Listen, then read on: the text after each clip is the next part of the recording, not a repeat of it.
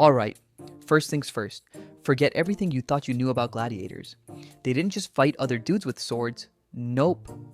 Sometimes the Romans were like, hey, let's throw a fully grown hippo in the arena and see what happens. And somehow that was considered entertainment. Let's unpack that for a second. Hippos weigh up to 3,300 pounds. They have teeth that could crush a human skull like it's a soft taco. And the Romans thought, yeah, a guy with a trident can totally handle that. Wait, what? You read that right. People literally got into a stadium with a creature that could swallow them whole in one bite. No armor, no backup plan, just sheer confidence, or possibly denial. This wasn't some cartoonish exaggeration. Ancient texts from Cassius Dio to Martial confirm it. Romans actually spent serious money importing hippos from Africa for public games. And the best part? The arena staff called them beasts, like they were talking about slightly grumpy pets instead of, a 3-ton death machine. So if you ever thought your Monday was bad, remember, somewhere in 50 CE, a man thought fighting a hippo was a solid career move. To understand why this happened, we have to look at the rules of the game. And by game, I mean ancient Roman public spectacle where people die for sport. The Romans weren't just into killing, they were into extravagant killing. Exotic animals weren't just zoo fodder, they were status symbols. Importing a hippo from Africa was like saying, look at me, I have money, power, and zero concern for human life. Shipping a hippo wasn't as simple as calling Uber. These animals were transported by ship, chained, and fed during a multi-week voyage. That alone is impressive if you consider the chaos of a creature that spends most of its life in water. Now imagine the logistics of getting a 3,000-pound hippo from the Nile to the Colosseum without it turning the boat into a floating meatball. Suboptimal is putting it lightly. Meanwhile, political leaders were using these spectacles to distract the populace. Bread and circuses, literally. While a senator was squabbling over taxes in Rome, thousands of citizens were glued to the arena, witnessing humans versus hippos. And the aristocrats? They were betting, naturally, because nothing says civic responsibility like gambling on whether a man survives being eaten. Training gladiators for these fights was another circus in itself. Unlike sword-to-sword combat, you couldn't choreograph a hippo fight. The creature doesn't follow rules. Its only strategy is eat everything that moves.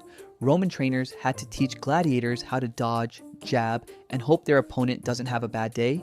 Hint, the hippo almost always had a bad day. Sometimes gladiators had to practice with smaller animals first. Lions, leopards, even crocodiles. Basically anything slightly less terrifying than a hippo. And you know what they learned? That none of it really prepares you for a hippo. It's like thinking you're ready for a roller coaster because you've been on a merry-go-round. Spoiler, you are not ready. By the time the arena doors opened, you've got a gladiator with a trident, a hippo that would happily kill him, and a crowd expecting a show. And the best part? Everyone thought this was a reasonable form of public entertainment. The build-up to the fight is where it gets truly ridiculous. Imagine you're the gladiator. You've had some sword practice, you've maybe killed a lion or a bear, and now someone says, surprise, meet your new opponent. Cue the dramatic entrance of a hippo, snorting, stomping, and generally looking like it wants to end your life in 5 seconds. Gladiators had a few tricks: spears, nets, armor that did little against hippo teeth, but mostly hope. And let's talk about the arena itself. The Romans didn't just let the hippo roam freely. There were pits, moats, and sometimes mechanical lifts to release the animals. Engineering that could rival modern theme parks. Except one misstep and the theme park eats you. Here's the wait, what moment. One historical account mentions that sometimes the gates opened too early, letting the animal rampage before the gladiator even knew the fight started. Nothing like a surprise attack from a 3-ton beast to really ruin your Tuesday. Now, let's be clear. The crowd loved this. Romans thrived on watching humans fail spectacularly. It's basically live action fail compilation before YouTube was a thing. And the gladiator? Yeah, he's sweating, waving his trident, thinking, maybe I should have taken up pottery. At this point, you have to stop and consider, why would anyone sign up for this?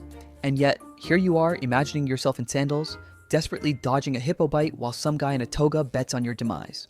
If your job today is stressful, just be glad it doesn't involve being snack sized for a semi-aquatic tank monster. Meanwhile, back in the stands, the wealthy are placing bets like it's March Madness, political figures are calculating PR points, and the vendors are selling popcorn, or rather, bread and olives, because Romans. It's chaos, pure chaos. And yet, this is considered entertainment. The gladiator swings, the hippo lunges, it's a slow motion disaster. Every decision by the humans seems a bit underwhelming in effectiveness. Maybe if you stab slightly harder? No? Okay. The audience is thrilled. And the hippo? Unimpressed. Just angry. Think about your own bad day at work. Now, multiply it by 3,300 pounds of muscle, teeth, and rage, and you're basically the gladiator. That's reality in ancient Rome. Let's take a moment to appreciate how absurd the Romans were. They had entire logistics teams dedicated to feeding exotic animals. Elephants, lions, bears, and of course, hippos. Hippos eat mostly grass, but in captivity they also ate bread, fruit, and whatever the ship crew could throw at them without losing a limb. Meanwhile, they were expected to survive long enough to perform in front of thousands. It's like trying to get a toddler to sit still while also operating heavy machinery. Sometimes, these fights involve multiple animals. Imagine a gladiator facing a lion, a hippo, and a bear at the same time. That happened. No choreography, no safety nets, just good luck, champ. The Romans called it munera, but we might call it a horrifying team-building exercise. The fight begins, the gladiator dances, spears thrust, dodges, the hippo yawns, then bites a shield in half, then another shield, then possibly the unfortunate assistant who thought he could help. Chaos. Absolute chaos. The hippo does what hippos do best, charge. At 30 miles per hour, in sandals, the gladiator barely dodges. The crowd roars, because humans being mauled is apparently thrilling. The spectacle continues until one of three things happens. The gladiator dies, the hippo gets tired, or someone finally decides the bit of logistical hiccup is now an actual disaster and intervenes. And yes, some gladiators survived. Not because they were skilled, but because hippos are, let's say, a bit lazy. They can be unpredictable, but also easily bored, which is why the Romans kept doing it. Maybe this one will actually survive and make the show last longer. That's history, folks. Betting, death, boredom, it's a package deal. Just pause and imagine you're writing your resume. Skills, dodging hippos, surviving public humiliation, expertise in useless armor. It's a niche, but historically accurate. Meanwhile, let's consider the trainers. They were tasked with making humans ready for a battle that statistically should have been called off. Training a gladiator for a hippo fight involved practice sessions with nets, javelins, and a lot of screaming.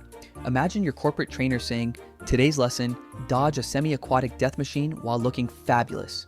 That's your Monday motivation. It wasn't always a massacre though. Sometimes the hippo just wasn't in the mood. These are living creatures, after all. If a hippo decided your spear was boring, it might just ignore you. That's one reason some gladiators walked away alive. Luck, boredom, or sheer coincidence. Meanwhile, the audience had no idea and still applauded like it was the Super Bowl. So, what's the takeaway? Humans have always been spectacularly creative in making life unnecessarily difficult. Hippos in arenas weren't smart. Gladiators weren't always heroic. And Romans? Well, they were entertained, distracted, and occasionally horrified. History is basically one long thread of people thinking, "This is a great idea. Definitely." Anyway, if you made it through without cringing or questioning your life choices, congratulations. Like and subscribe so the algorithm knows you're smarter than whoever thought a hippo fight was casual Friday entertainment. And remember, next time you're complaining about modern stress, be grateful your biggest problem isn't dodging a 3-ton river demon with teeth like crowbars.